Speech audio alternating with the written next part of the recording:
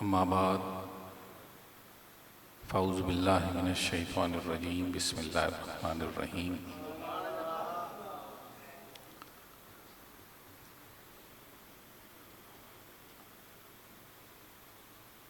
نبی کریم رؤوف الرحیم علیہ الصلاۃ والسلام کی بارگاہ بے کس پناہ ہے۔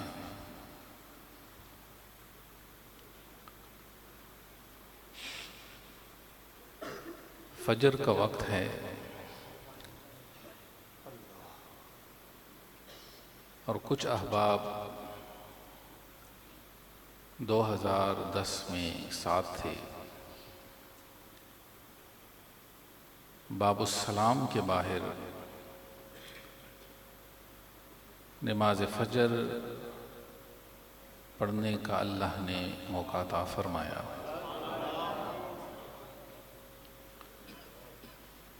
بے تحاشا رش تھا۔ وہ اس لیے کہ حج کے ایام تھے، غالباً 5 ذی الحج تھی یا 4 تھی، اور فجر کے بعد قافلوں نے مکے کی طرف گامزن ہونا تھا۔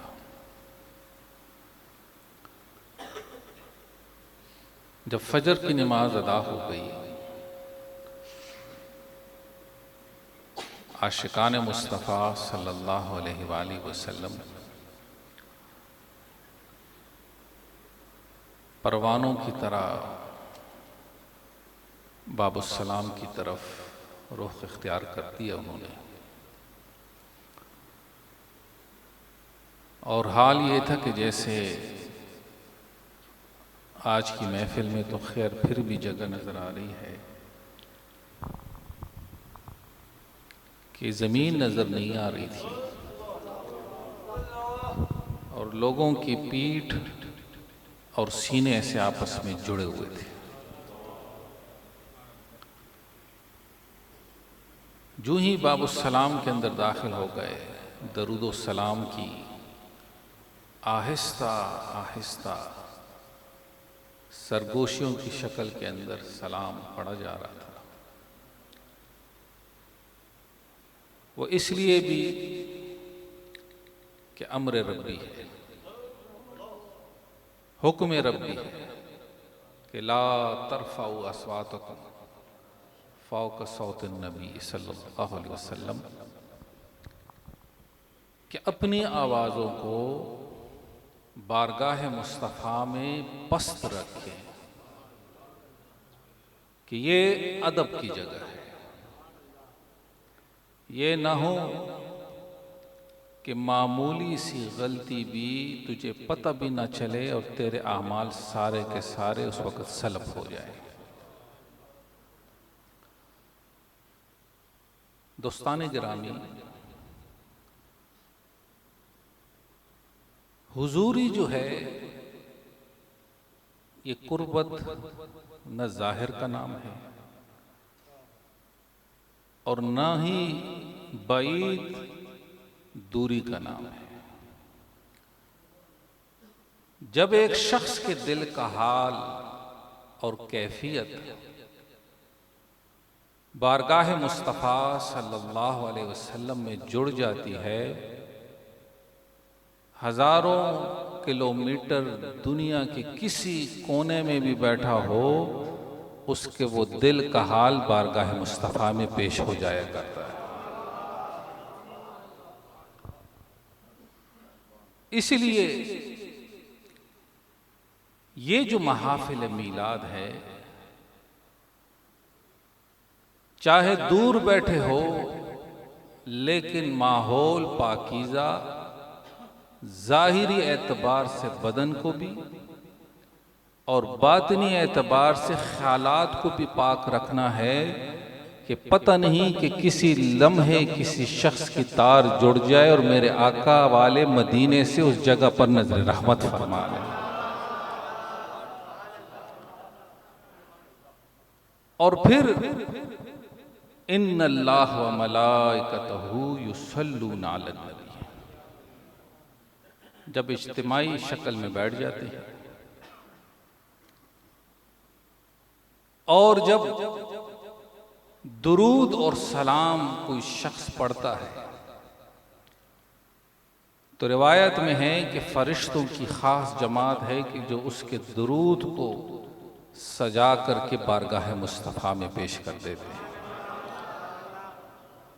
پھر فرماتے ہیں کہ اے محبوب خدا صلی اللہ علیہ وسلم، فلانے شخص نے فلانی مسجد میں بیٹھ کر کے آپ پر درود پڑھا، اس کے والد کا نام، اس کے دادا کا نام یہ ہے، تو اس کا مطلب یہ ہو گیا کہ نہ کہ صرف اس شخص کے بلکہ اس کے اوپر سے والوں کی بھی حاضری مقبول بن جائے گا.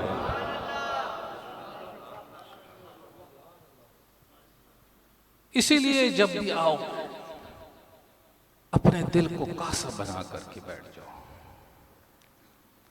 حضرت ابو الحسن خرقانی رحمت اللہ علیہ ہر مہینے اپنے خانقاہ شریف میں جو ہے میلاد مصطفیٰ، ذکر مصطفیٰ، واعظ و نصیحت درس رکھتے تھے. اور یہ وہ دور تھا کہ اس دور کے اندر نہ سوشل میڈیا تھا، نہ پرنٹ میڈیا تھا، نہ کوئی ایسے اشتہار بازیاں ہوتی تھی. بس تاریخ کا تعین ہوتا، وقت کا تعین ہوتا، اور اس تاریخ اور وقت کی مناسبت سے لوگ دور و دراز سے اس وقت پر پہنچ جائے کرتے تھے. اب تو معاملہ آسان ہے، لیکن بدقسمتی سے کہ آواز کی رسد تو آسان ہو گئی، لیکن دل کی حال اور کیفیت جو ہے اس کی رسد مشکل ہو گئی. تو حضرت نے جب محفل سجائی، اسی کی ضمن میں ایک بات غور سے سن لو. یہ جو ہم کرتے ہیں 11ویں شریف، یہ 11ویں شریف کیا ہے؟ سیدھی سادی بات یہ ہے، حضور غوث پاک رضی اللہ تعالیٰ عنہ ہر مہینے چاند کی 11 تاریخ کو اسی طرح اپنے واعظ و نصیحت اور درس اور میلاد کی محفل کرتے. وہ 11 تاریخ اس قدر مشہور ہو گئی کہ قیامت تک کے آثار و قرائن یہ لگتے ہیں کہ اللہ نے ان حبیب محبوب خدا کے غلاموں کے ہاتھ سے اللہ نے یہ انداز جو ہے جاری فرما دیا ہے. تو یہ 11ویں تاریخ جو ہے اس مناسبت سے لوگ جو ہے ابھی تک وہ نشستوں کو اسی طریقے سے چلا رہے ہیں. 11ویں صرف چاول پکانے کا، حلوہ کھانے کا نام نہیں، بلکہ یہ میرے آقا دو جہاں علیہ الصلوۃ والسلام کے فرمودات، آپ کے ارشادات، آپ کے حسن معاشرت، آپ کے اخلاقیات، آپ کے تعلقات، آپ کے ہر انداز کو رکھ کر کے آواز سینہ در سینہ پہنچانے کا نام ہے. ابو الحسن خرقانی جو ہی محفل اختتام ہو گئی، ایک شخص وہ ذرا تاخیر سے آیا. جو ہی دروازے پر قدم رکھا تو ایک خادم نے کہا کہ اے ہمارے ساتھی، تم تو لیٹ ہو گئے، دعا تو ہو گئی ہے، تم تو تاخیر سے پہنچ گئے.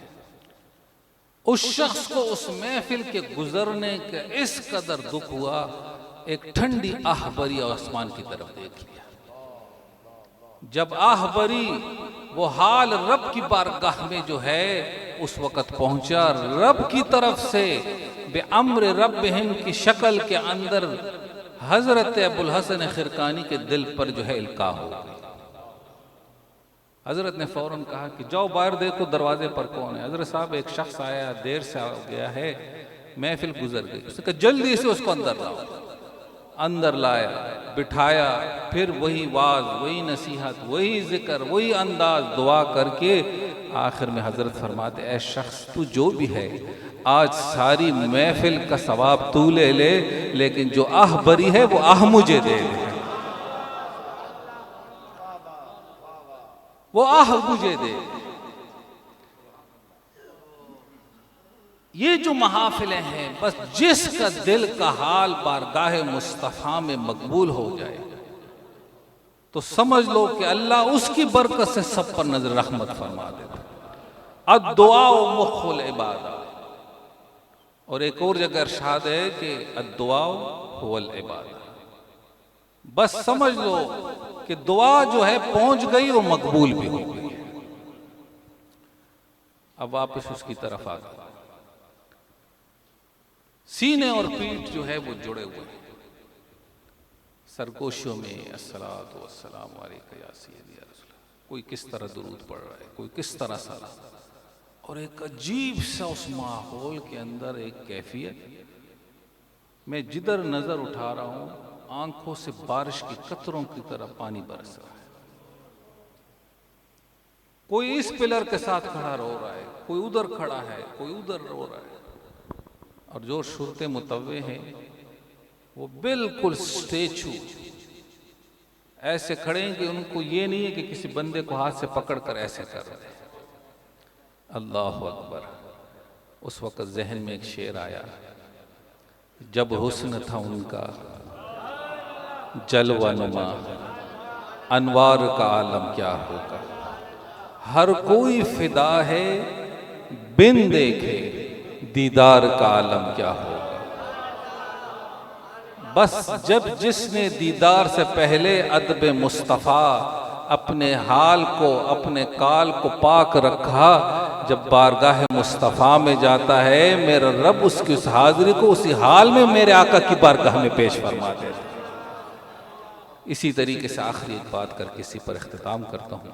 حضرت علامہ مولانا مفتی اہل سنت حضرت عزیز الدین کوکب دام ظلہ نے خوبصورت گفتگو کے اندر، پیرائے کے اندر آپ کے دلوں میں ایک ایک چیز کو اتار کر کے اپنے خطاب سے آپ کو نوازا۔ اللہ آپ کو صحت کاملہ نصیب فرمائے، اور جملہ انتظامیہ کمیٹی اس مسجد حاضہ کی اور مسجد حاضہ کے خطیب و امام حضرت علامہ مولانا کاشف رضا قادری دام ظلہ اور ڈاکٹر شاہد صاحب، اسی طریقے سے گلشن مدینہ میلاد کمیٹی اور پاسبان ویلفیئر سوسائٹی کو میں مبارکباد دیتا ہوں کہ انہوں نے بارگاہ مصطفیٰ سے اس فیض کو لیا اور آج مسجد کے اس گلی کے در و دیوار کو ذکر اللہ و ذکر رسول سے سجا دیا۔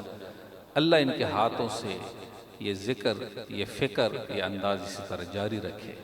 نبی کریم صلی اللہ علیہ وسلم کی بارگاہ مصطفیٰ صلی اللہ علیہ وسلم ہے، مروان حاکم ہے، ایک شخص آیا اور قبر مصطفیٰ صلی اللہ علیہ وسلم پر آئے، کیونکہ حجرہ شریف اس وقت موجود تھا اور قبر شریف اس وقت زائرین کے لیے جو ہے دیکھنے کے لیے، ملنے کے لیے کھلے عام تھی۔ تو وہ شخص آیا اور اپنے گالوں کو جو ہے حضور کے قبر انور پر مس کر کے اور آہستہ آہستہ کچھ گفتگو کر رہا ہے۔ مروان آیا پیچھے سے، اس نے زور سے اس کے گردن کو پکڑا اور اس نے کہا اے شخص تو کیا کر رہا ہے؟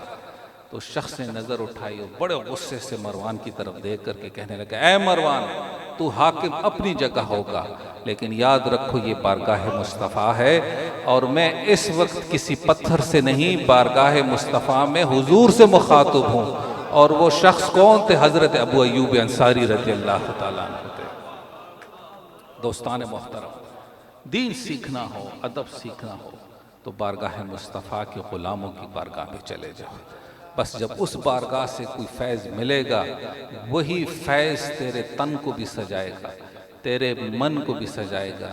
تن کی دنیا ہاتھ جب آتی ہے پھر من کی دنیا ہاتھ جب آتی ہے پھر جاتی نہیں، تن کی دنیا چھاؤ ہے، آتا ہے جن جاتا ہے دن، وما علینا الا البلاء المبین۔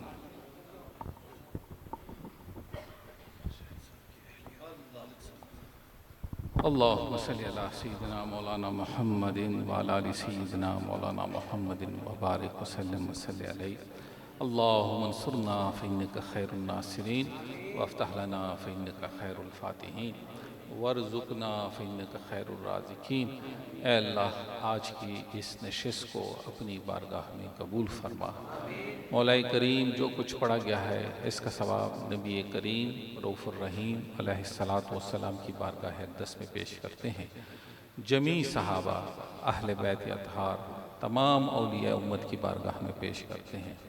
جو بھی حاضرین کے عزیز و اقارب بزرگ فوت ہو چکے ہیں، اللہ سب کے درجات بلند فرمائے۔ خصوصیت کے ساتھ ڈاکٹر شاہد صاحب کی اہلیہ جو کہ پچھلے دنوں والد صاحب اور اہلیہ فوت ہوئے ہیں، اللہ ان کی مغفرت فرمائے۔ اے اللہ اس پاک مجلس کی برکت سے ہم سب پر نظر رحمت فرمائے، استقامت فی الدین نصیب فرمائے۔ اے اللہ ہم سب کو ہر قسم کے نفس اور شیطان کے شر سے محفوظ فرمائے۔ یا الہی دین اور دنیا کی عزتوں سے نواز دے، ہمارے زبانوں سے، ہاتھوں سے ایسا کام اور کلام ہو جو مخلوق کے خدا کے لیے خیر کا سبب بنے، تیری بارگاہ میں، تیرے حبیب کی بارگاہ میں نظر رحمت کا سبب بنے، اور قیامت کے دن ہم سب کے لیے بخشش کا سبب بن جائے۔ یا اللہ جو بیمار ہیں شفا عطا فرما، پریشان حال ہیں پریشانیاں دور فرما۔ مولا کریم جو بے روزگار ہے رزق حلال نصیب فرما، جن کے روزگار ہے اللہ تبارک و تعالیٰ اس میں برکت عطا فرما۔ یا اللہ جو بھی بے اولاد بیٹھے ان پر نظر رحمت فرما دے۔ مل کر دعا کرو اللہ ملک پاکستان پر نظر رحمت فرمائے، اس ملک کے اندر امن و سکون پیدا فرمائے۔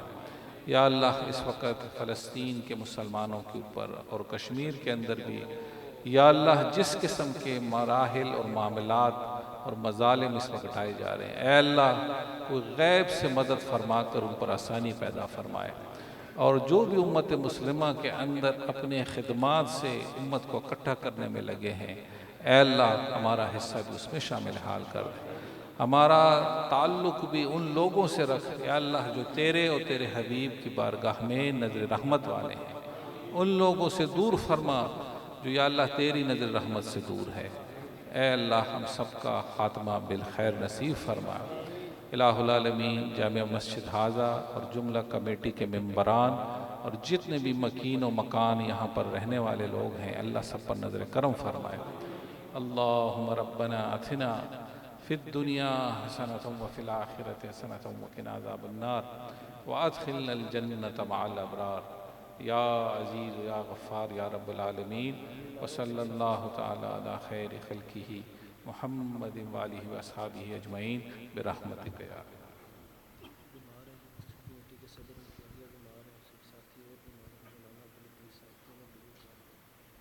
مولانا عبداللطیف صاحب جو کہ چودھری اسلم صاحب اور جو بھی کوئی بیمار ہیں اس مسجد کی کمیٹی کے یا اس محلے کے اندر، اے اللہ ان کے لیے چاہے دعا ہے چاہے دوا ہے اس کے اندر شفا رکھ دے۔ اللہ تعالیٰ ان کی بیماریوں کو تکلیفات کو دور فرمائے۔ وَنُنَزِّلُ مِنَ الْقُرْآنِ مَا هُوَ شِفَاءٌ وَرَحْمَةٌ لِّلْمُؤْمِنِينَ وَصَلَّى اللَّهُ تَعَالَى عَلَى خَيْرِ خَلْقِهِ مُحَمَّدٍ وَآلِهِ وَصَحْبِهِ أَجْمَعِينَ۔